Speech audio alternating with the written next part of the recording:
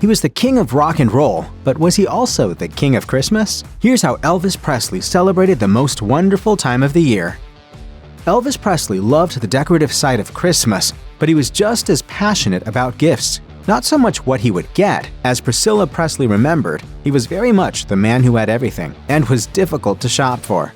Among the gifts he did receive and treasured were a set of bongos Priscilla bought for him the first Christmas they spent together in Germany in 1959. The drums are still at Graceland.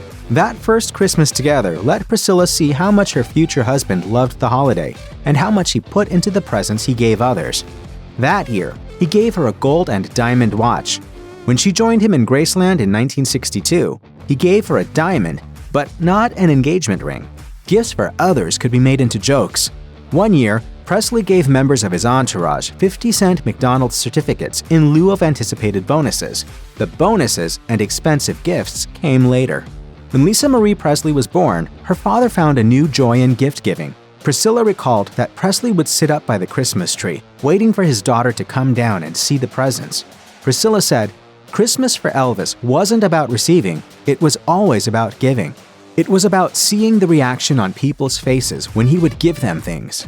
He was like a little kid here, just free and relaxed and fun. For most of the general public, Elvis Presley is most connected to the Christmas season through his music, specifically Blue Christmas. He wasn't the original singer of the tune, nor did he have anything to do with its creation. According to Behind the Christmas Hits with Drew Savage, the song was originally written by Billy Hayes and Jay Johnson and first recorded by Doy Odell in 1948. It didn't fall into Presley's hands until 1957, and when it did, he only grudgingly agreed to record it for a Christmas album. The backing vocals were turned into a joke. No one in the session took it seriously.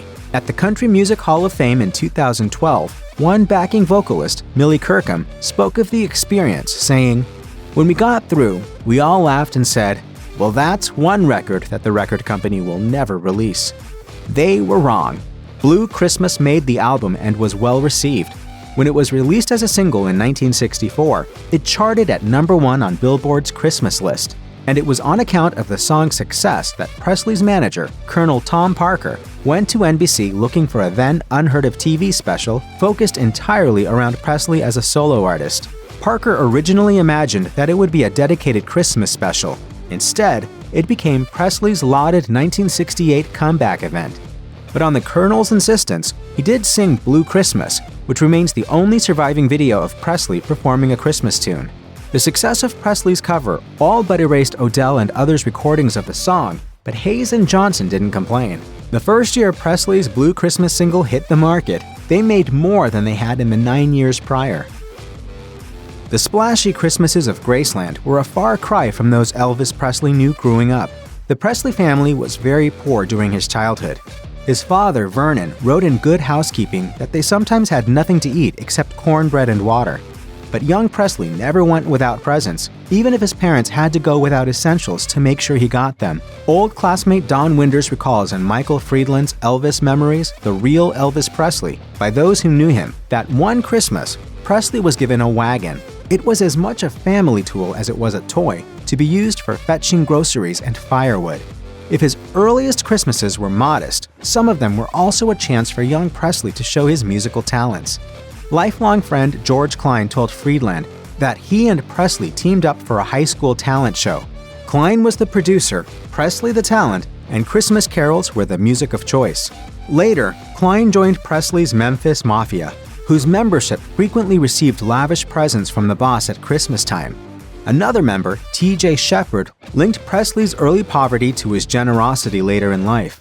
Shepard told Friedland, "It came from being poor himself. He learned from his mom, giving is more blessed than receiving. It made him feel good." Elvis Presley's Yuletide parties and pranks could sometimes get out of control, as his cousin Billy Smith knew all too well. Smith, who was part of the Memphis Mafia, appeared on his son Danny's YouTube channel, Memphis Mafia Kid, to share Christmas stories from Graceland and focus on one year when Presley felt that Christmas needed fireworks. We got like $1,000 worth of fireworks, which back then was outrageous. half the store. With a large number of guests that year, Presley divided the Christmas party into two teams, camped on opposite ends of the Graceland grounds and well armed for war. The teams blasted fireworks at one another across the grounds, filling the yard with smoke so thick no one could see the opposing team. A misaimed rocket hit a box of fireworks, and one of the stray rockets went spiraling into the doghouse where Presley's German Shepherd was chained up. It ran out as far as the chain would let it. The dog survived, but it avoided the doghouse for the rest of its life. On Danny Smith's YouTube channel Memphis Mafia Kid, his family recalled Christmases at Graceland as informal affairs. Guests would come on Christmas Eve before going home to their own families, either that night or the next day. As wild as the party could get, it was often just Presley with his friends and their families, chatting and eating. Music was part of a Graceland Christmas, but not Presley's. Priscilla told the Daily Express, "We didn't play Elvis records. He was really quite shy and almost a little embarrassed to play his own records. Instead, Presley would put on the radio or listen to other artists he admired.